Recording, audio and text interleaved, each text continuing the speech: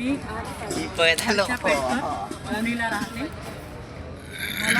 आम्ही जेव्हा नागपूरला गेलो मिहानला तेव्हा स्वामींची भेट झाली आणि त्यांना बघितलं आणि इतकं उत्स्फूर्त झालो की बस आता आम्हाला योगा क्लास चालवायचा आहे आणि सगळ्यांना उत्स्फूर्त करायचं आहे. मग आम्ही योगा क्लास सुरू केला आमच्या संघ ग्राउंडमध्ये आणि प्रत्येक घरोघरी फिरून सगळ्यांना आम्ही उत्सुक केलं की नाही तुम्ही ऑनलाईनला जोडा आणि योग शिक्षिकेचे फॉर्म भरा.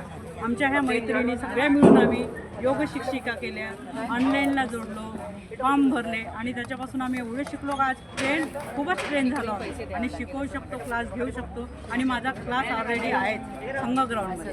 आणि मला मग त्याच्यातनं तहसील प्रभारीची पदवी मिळाली पवनीमधलं म्हणजे तहसील प्रभारीची. आणि मला तिथूनच हरिद्वारला जायचा चान्स आला. तर मी आता हरिद्वारला पण चालली आहे 14 तारखेला.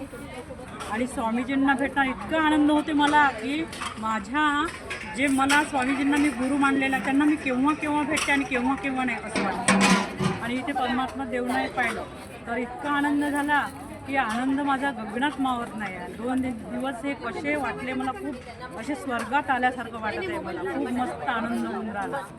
आणि आमच्या ज्या क्लासमध्ये येतात त्या बायांची कंबर दुखत होती तर त्या व्यायामामुळे त्यांना फायदा झाला की त्यांची कंबर पण बसली.